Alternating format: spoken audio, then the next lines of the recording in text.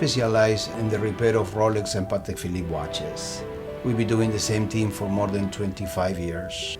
We have Rolex technicians certified by Rolex who actually used to work for the company for many years, like if we're doing the work on the factory. We completely disassemble the watch and we put it to work like brand new condition. When you get a pre-owned watch, it's like if you're getting a brand new unit. The only difference is the money. Hello, Paul Pluta.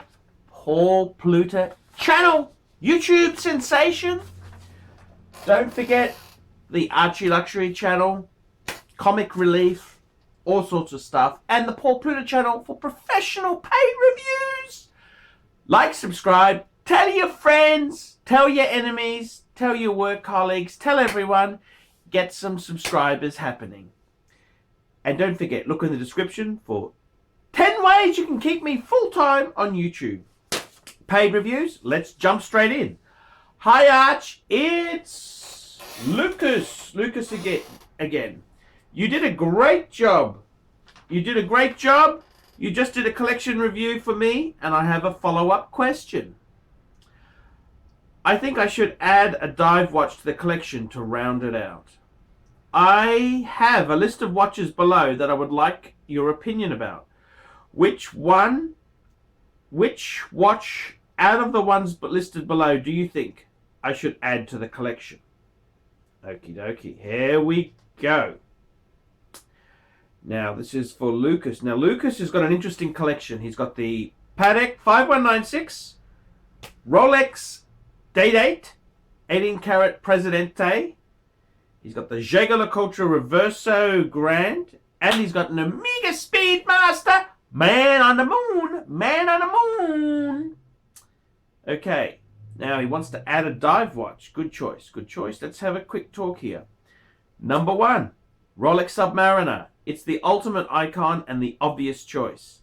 The only problem would be that it would give me 2 Rolexes in the collection, and that would throw off the balance a bit. I would probably go no date pre-ceramic if I got one. Number 2, Omega Seamaster. Borderline should-have watch in my opinion, but it is an icon. What are your thoughts? It also gives him 2 Omegas. Throws the balance off. Number 3, Tudor Black Bay or Tudor Sub. This might be where the smart money is. I don't have a Tudor in the collection, and a connection to Rolex is a nice bonus. Number 4, Panerai. I've never owned one, but the prices are rock bottom right now, so they're more attractive than usual. The bang per buck factor is high, but Panerai is also a borderline as a brand. Yes, I agree. Number 5, IWC. Wow, I love the IWCs. IWC, I could also add an Aqua Timer. I don't have an IWC in the collection, and the brand has always intrigued me. Would the Aqua Timer be enough of an icon to bring into the collection? I'm adding a picture of one. Pre-owned prices for this piece are very reasonable. Number 6, Aquanaut. It's a cool watch, but a bit pricey for what you get. And I already have the Patek 5196. Finally, number 7, Steinhardt Ocean One. Just kidding, Archie. We all know these are shitter watches for posers. I'm sending you 60 US for the video, and your opinion on these watches. If I've left something off that you would recommend, let me know. Keep up the good work and keep those videos coming, big boy. Yes, thank you so much. Now, this is a tricky decision because number 1, the ultimate diver, the best diver, the greatest diver is Rolex divers. Either Rolex, Submariner, Deep Sea, or Sea Dweller. Those are the greatest dive watches of all time. Nothing compares. So that's the first thing I want to say there. The second greatest dive watches are the Omega Seamasters. And the Pro, Seamaster Pro Prof as well. So I understand what you're saying, and I gotta tell you, I really like the idea of having one brand per watch. I reckon that's very, very cool. Now, what do I think? What do I think there? Now, let's have a look. The Submariner, I think it's like when someone says to me, what is the greatest GMT function watch? It has to be the fucking GMT. The GMT Master. It's gotta be that. It's gotta be that. It's gotta be that. It's gotta be that. Without a doubt. I think myself, I would say, look, the Rolex Sub, yes, you could add that. You would go no date pre-ceramic, yeah, I agree. That is such an icon. It's an iconic watch. Very, very cool. I'd probably skip the Seamaster. They're kind of a bit dated, the Bond Seamaster theme. So Submariner, I'm going to give that a tick. The Tudor Black Bay or Tudor Sub. Now the problem is these Tudors, they're quite expensive. You know, they're in an awkward position because Rolex has released these pieces in modern times. Some of the Tudors from bygone era were really ugly. Think Hydronaut, really ugly looking things. These reissue ones, they're still, they are, a lot of them, okay, Rolex has gone in-house in some of them, but they are also, don't forget, Tudor is Rolex's poorer cousin.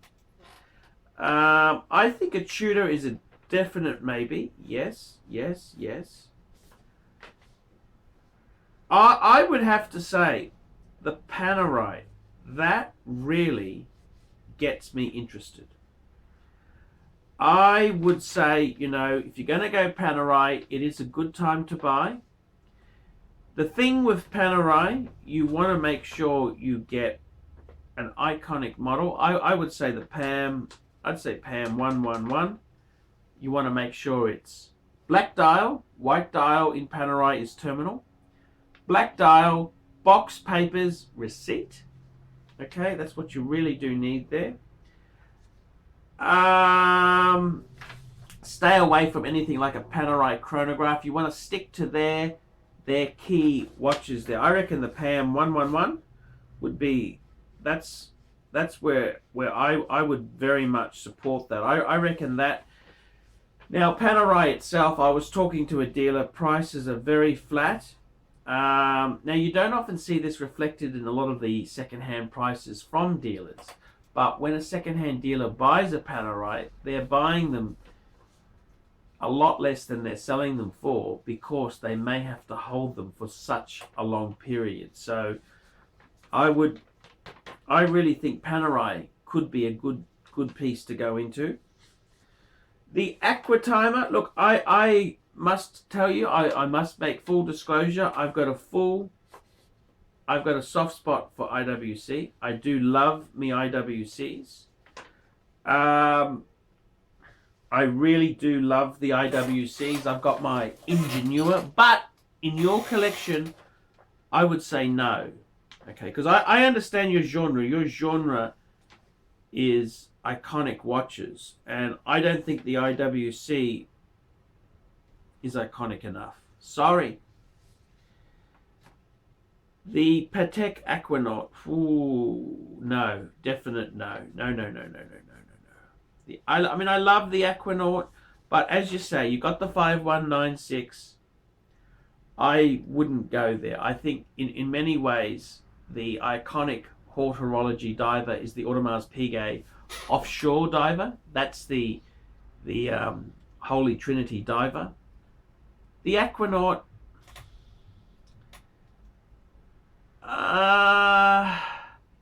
it's not a true diver. I don't know if I'd really be taking that sucker in the water. You know, a Patek, you know, it's just, I'm sorry, it's just,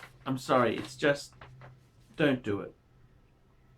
So I really think, you know, my own opinion, I think the best iconic diver would be the Sub. Okay, Sub, no doubt, you hit it on the head, no problems. Pre-ceramic, no Sub. Definite, that's a definite contender. I couldn't, the only problem is it's going to throw your balance if you're saying one per, I like that in a small collection. I really do like that. I respect it. Tudor is a good possibility, yes. But I reckon myself,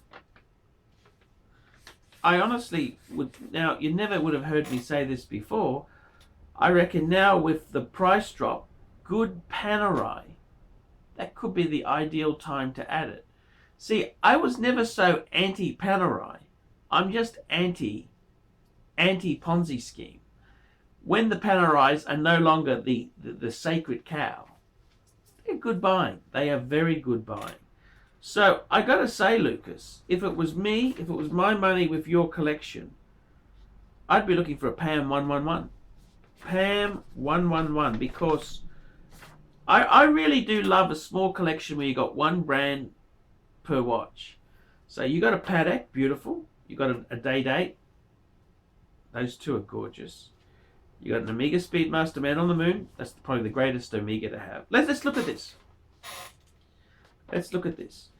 You got the Patek 5196. That's the greatest. That's 5196. I love that model. Manual wind Patek.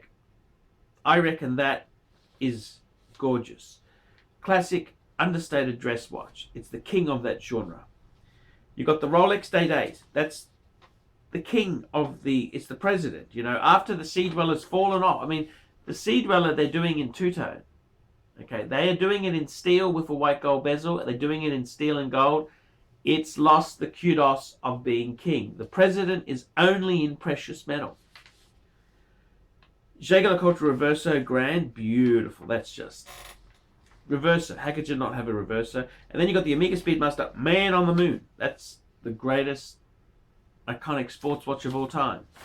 So as far as a diver goes, I'd go PAM 111. They're great value. The Rolex subs are not good value at the moment. They are really, really, they've always been popular, but they're not bang per buck. If you were going to go Rolex, I would say Rolex Sea Dweller pre-ceramic. That, I reckon that's kind of the sweet spot if you wanted to go Rolex.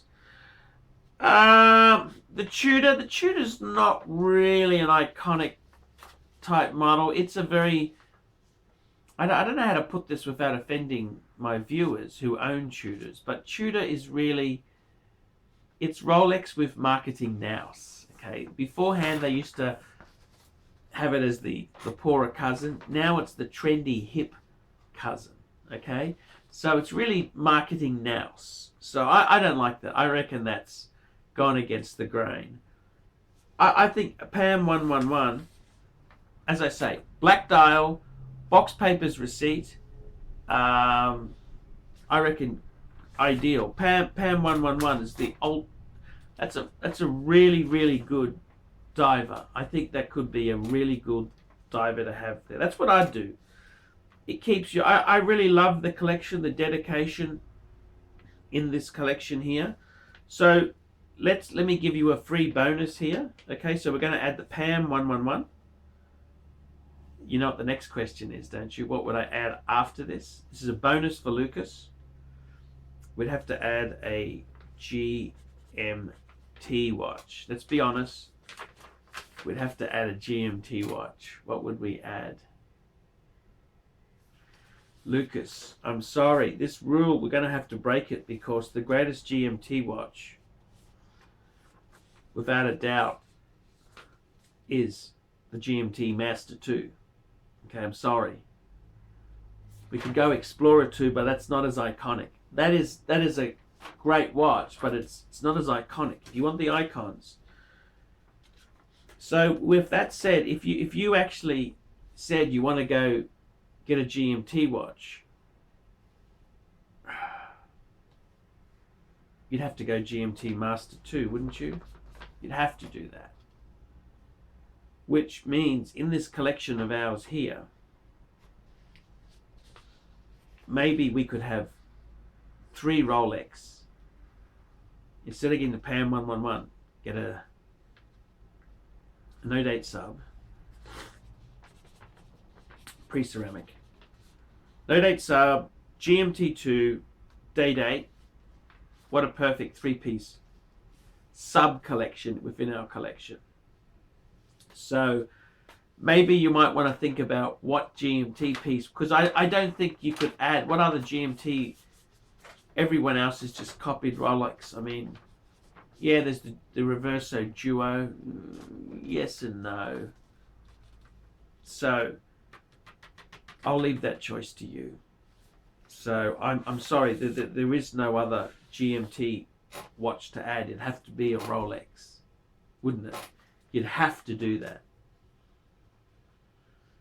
So maybe you need to think 2 steps ahead instead of just one, because we're going to have to admit we're going to have to double up on Rolex, aren't we? I think we are. Unless we got rid of the day-date to help fund these other pieces. That could be interesting. So if you sold your day-date, got yourself a GMT, maybe a pre-ceramic, maybe you can even get a GMT Master 1, not a Master 2, and a PAM 111. Very interesting. I'm Paul Pluta. This has been a paid review for Lucas.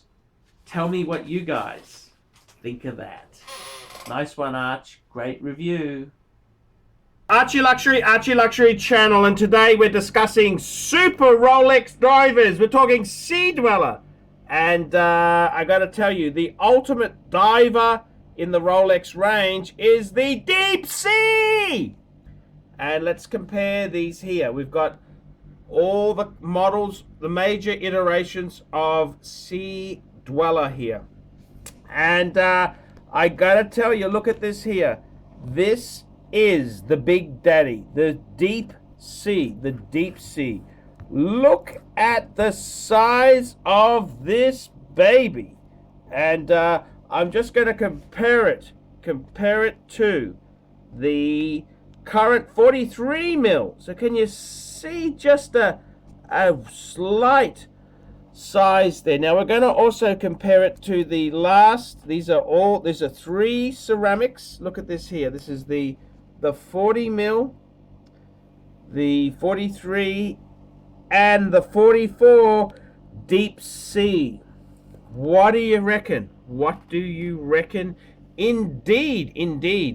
What do you reckon there? So it's a magic collection. The ultimate divers collection here. Look at this here. Look at the watches. What do you think? What do you think? It's very fascinating to have a look at these big divers. These divers.